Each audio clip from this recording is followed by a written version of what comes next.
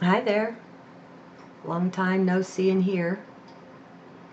Well, it's not like I have anything to say. I'm just turning the webcam on and going to visit with you. Uh, as I've shared in a few comments with those who have written, things have been changing so much and continuing to change. And I guess I'm kind of adjusting to getting the rug pulled out from under all the time. Not adjusting to getting the rug pulled out from under, but adjusting to a new reality in which there's no stable rug to begin with. And so, who knows? Who knows what we're headed into? I've changed a lot and not at all. And I'm not going to try to do a lot of explaining. So settle down in your heart and hear from there, read the vibration, whatever you want to call it. I don't think I could explain, so instead I'm just going to share. I don't think I have anything to teach anybody. I don't think I'm a teacher or ever was.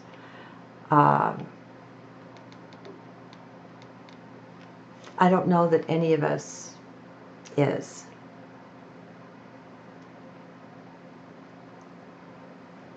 The shift that we're making is more into a remembrance, on the one hand, of who and what we really are, becoming more multi-dimensional, gaining access to more of our innate DNA. And so, on the one hand, you could almost see it as going backwards, way back to our origins. But on the other, I don't think there's a playbook in the galaxy, in the universe, in cosmos for what's going on here. I also think it's something different and brand new, transcendent and just awesome, with a little chaos thrown in to spice it up along the way. I used to,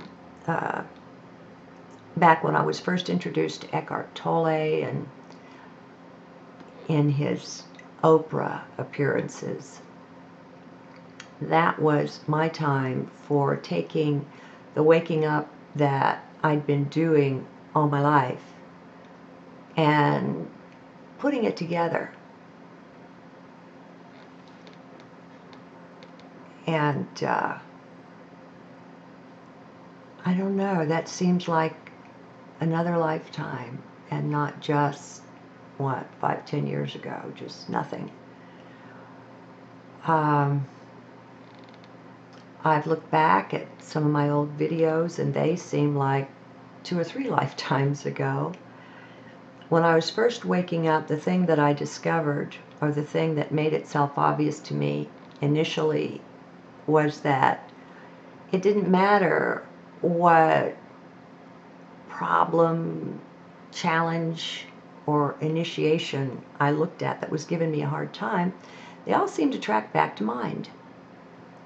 And if I could just be in my heart, that mind could just go deal with itself, and I just wasn't going to pay attention because it drove me nuts.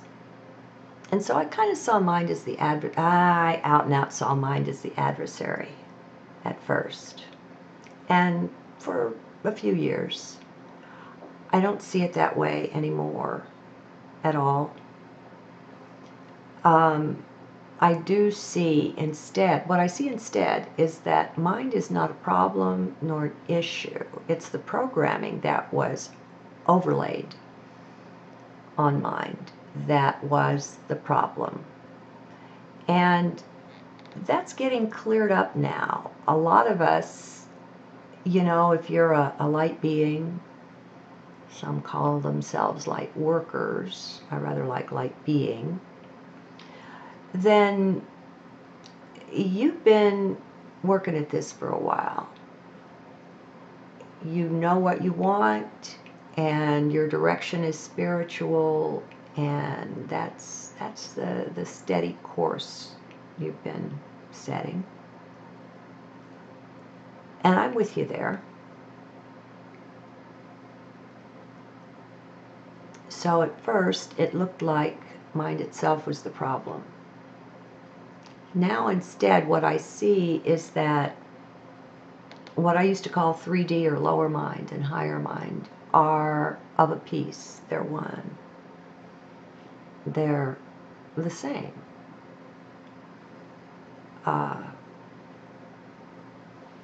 Mind can't manifest in all of its transcendence via 3D, but there's no issue with having a 3D mind. It's a really nice companion for the journey, huh? Helps us navigate here. But it's the programming.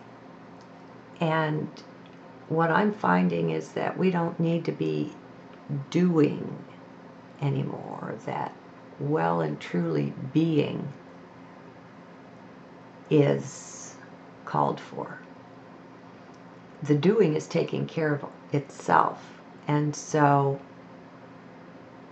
the awakenings, the moments of clarity, the shiftings, all of that is just kind of happening.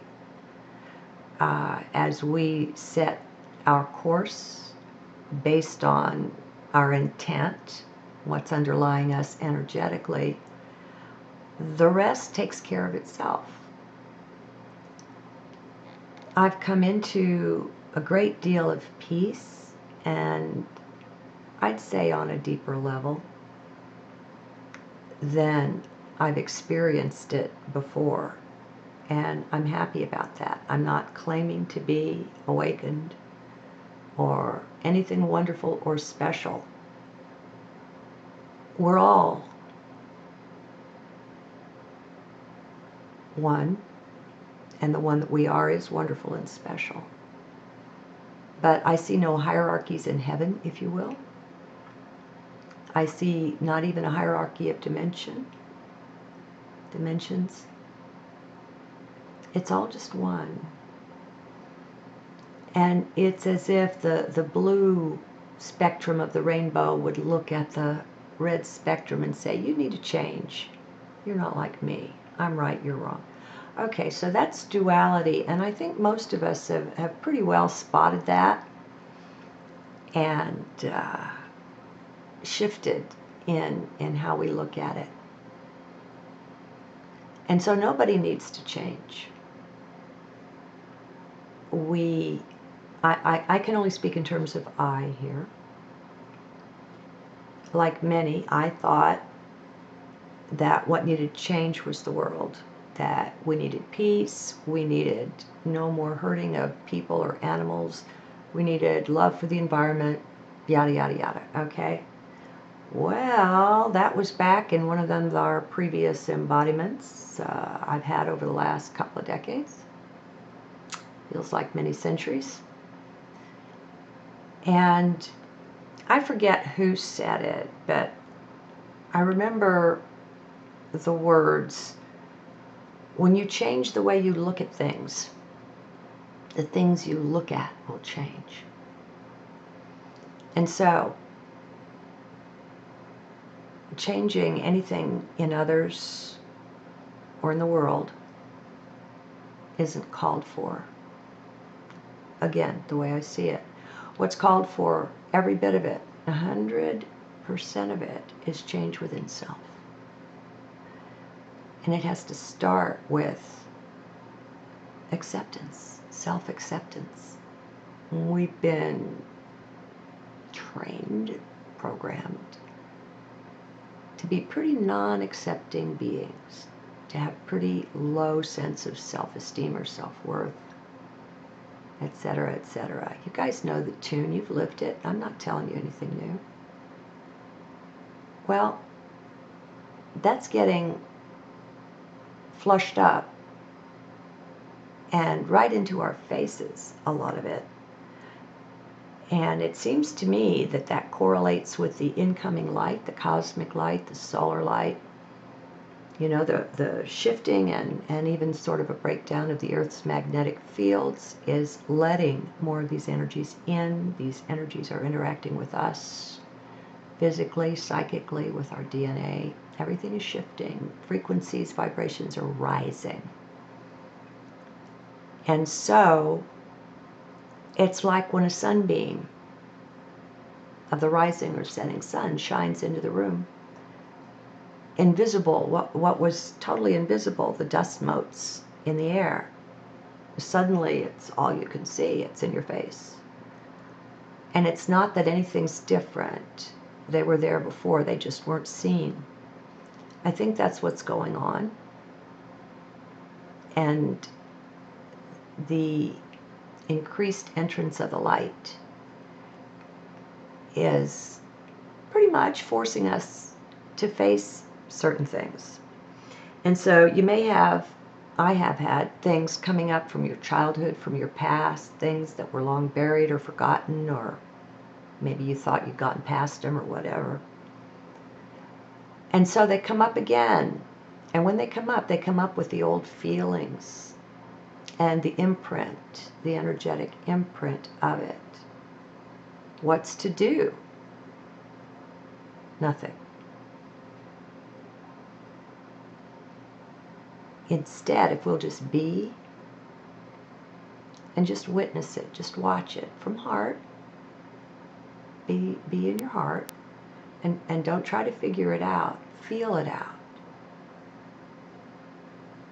Now, you may find a better way, but what's worked for me conceptually is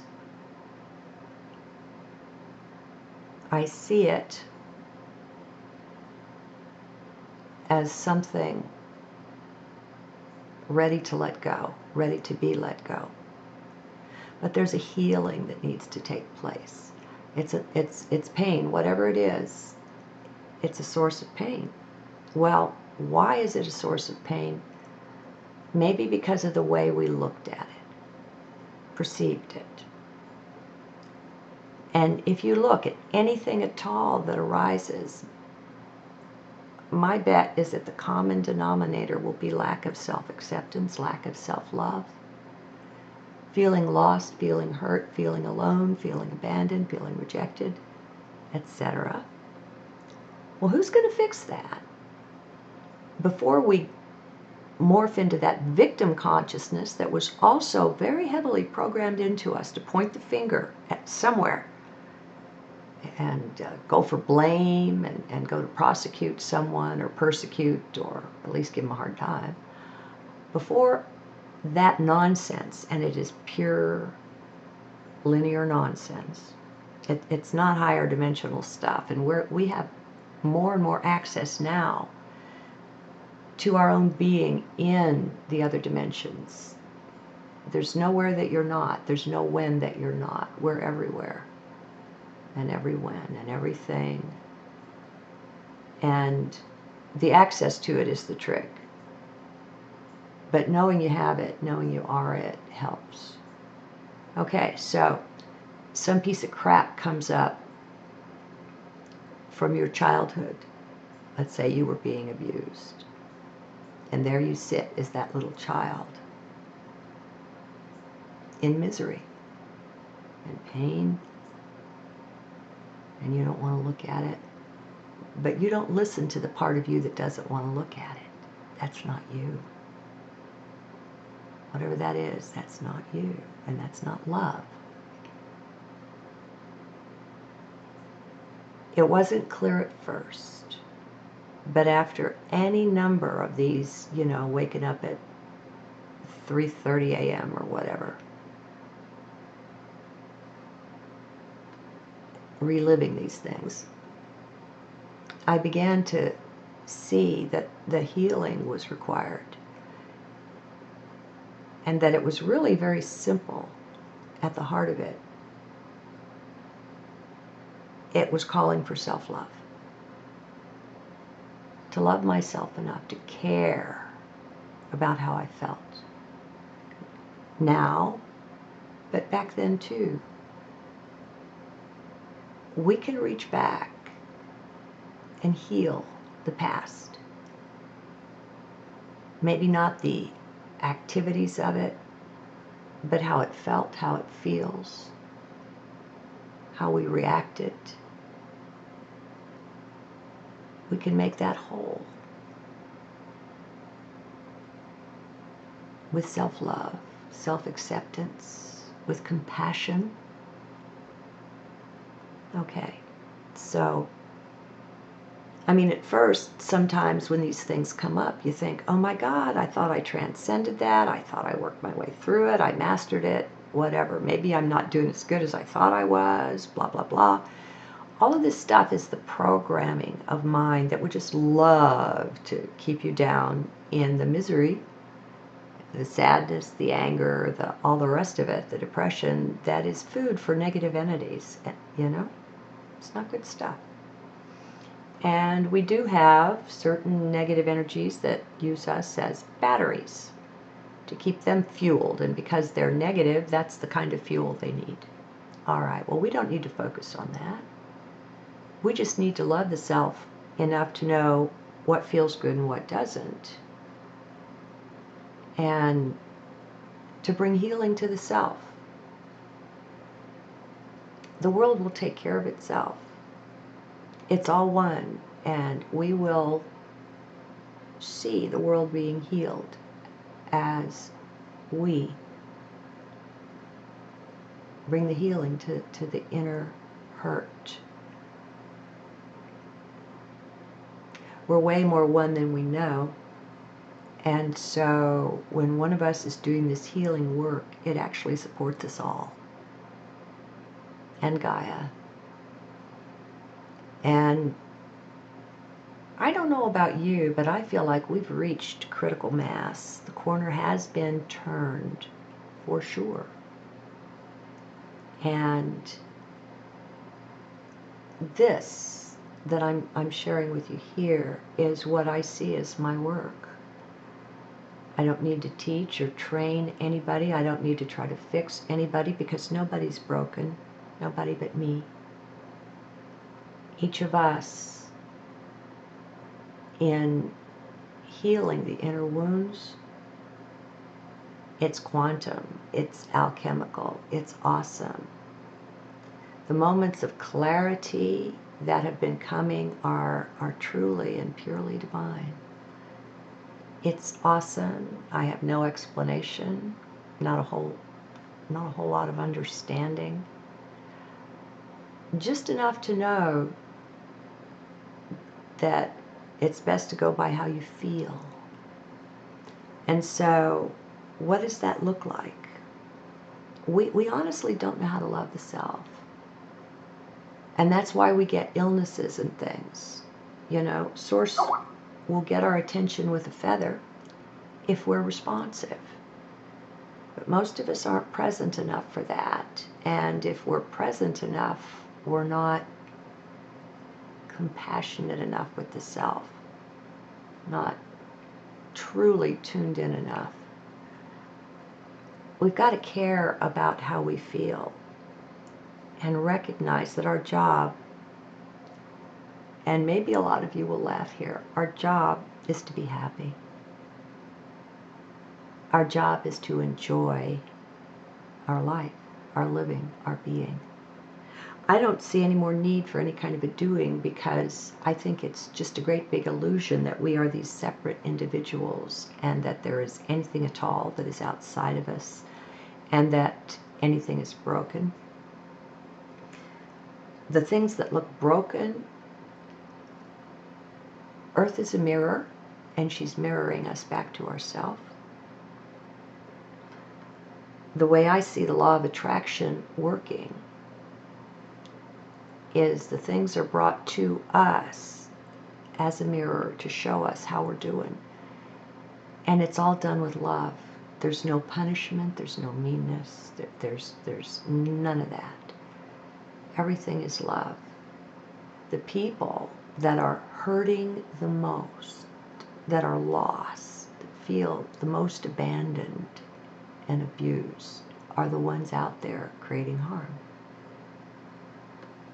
And what does society do? It punishes them for hurting. We lock people up because we don't yet understand where they are, the magnitude and depth of their pain, and how to support them through it. But again, I'm not carrying any placards. I'm not joining any marches. I'll sign a petition now and then, but only if it's very, very constructive. It's time to focus on what we want, not what we don't want. It's time to pour our precious, sacred energies into conscious creating instead of this inadvertent, accidental creating that we've been programmed to do to keep things going nice, neat, and orderly for the bad guys.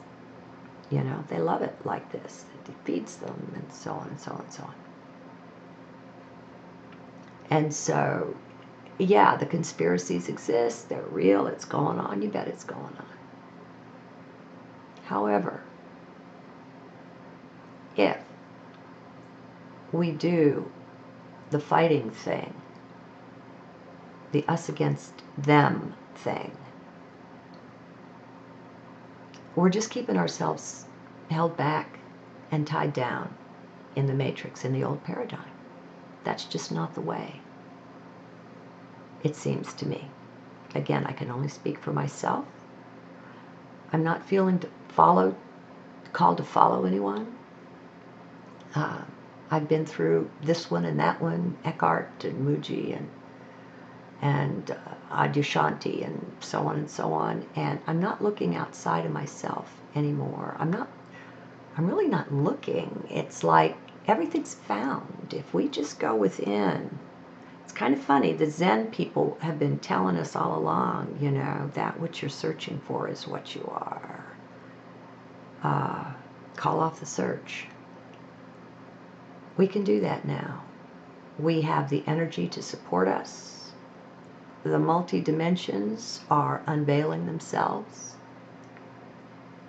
And we're merging with that. We're already there, but we weren't aware of it. It was like we had some kind of a veil over us.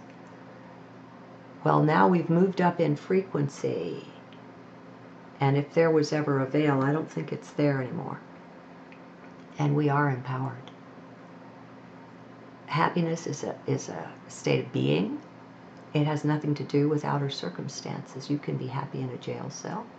You can be miserable in a palace. And come on, you know this. I know this. We know this.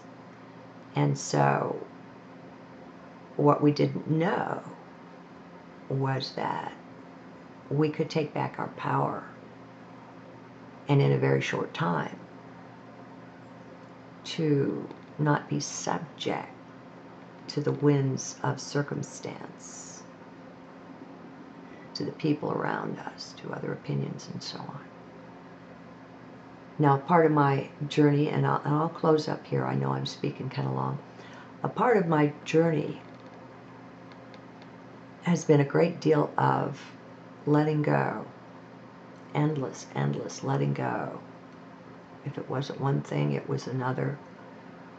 And it's not that I've emptied my house out of all of the things I've let go of, but I've detached from feeling like I have to have them, that I have to have anything. And this is in relationships, you know, and in everything. Things, people, circumstances, just becoming more the witness and kind of like the detached observer. I'm very much here on the one hand, but on the other side of that coin, I'm not attached. So that when, if and as things change, I'm okay with it. I can go with it. So it does seem to me, as I experience it, as I look at it, that the detachment is really key to success here. To the extent that we remain attached to the things of 3D, and 3D is beautiful. It really is. It's awesome. And we can experience it. You can be in a palace. You can be in a mansion. You can have all the wealth in the world and still be detached. If you're detached, you're empowered. And you can let people go their way when it's time for them to do that. And just not put yourself through hell anymore. Heaven is a state of, not a state of mind, but a state of being. And it's accessible now here. And so is hell. And we were trained to keep ourselves in hell for, I don't know, maybe some thousands of years, certainly any number of centuries recently. It's been hard on planet Earth. But not anymore. Not anymore.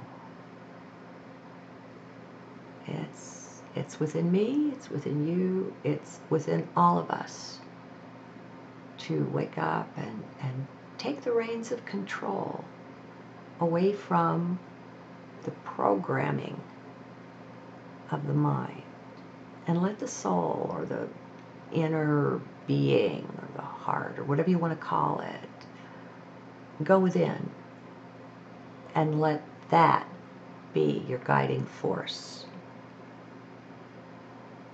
And join me in just loving yourself enough to care how you feel. And you can always come up with a better thought. If you're not feeling good, stop it. And whatever you're thinking on, let it go. You don't have to fix it, whatever it is. Think on something you appreciate. Remember a time when you were really, really happy. And vibrationally, go into that energy, go into that time, and watch things shift in your life. How you feel right this minute, look at it, feel it, get a sense of it. That's what you're creating, and that's what's coming to you now. Vibrationally, that's what you're magnetizing. It goes by how we feel. And so it's enlightened self-interest, truly, to care about how you feel. And you can't go from misery straight into joy, but you can go from misery into something better, and anger. I mean, anger is better than depression. Depression, you've just given up. Anger is much more energetic, and it's a move in the right direction. I like the teachings of Abraham. It's not really that it's a teaching, but there's a lot in it. This Abraham Hicks, you can Google it. It's got a lot of good stuff that's very empowering. It's not the answer to everything. I don't think the answer to everything is within you, within me. It's within us. And for my part, I think we've got to stop looking outside the self for answers to anything. Okay. See you later. Good day.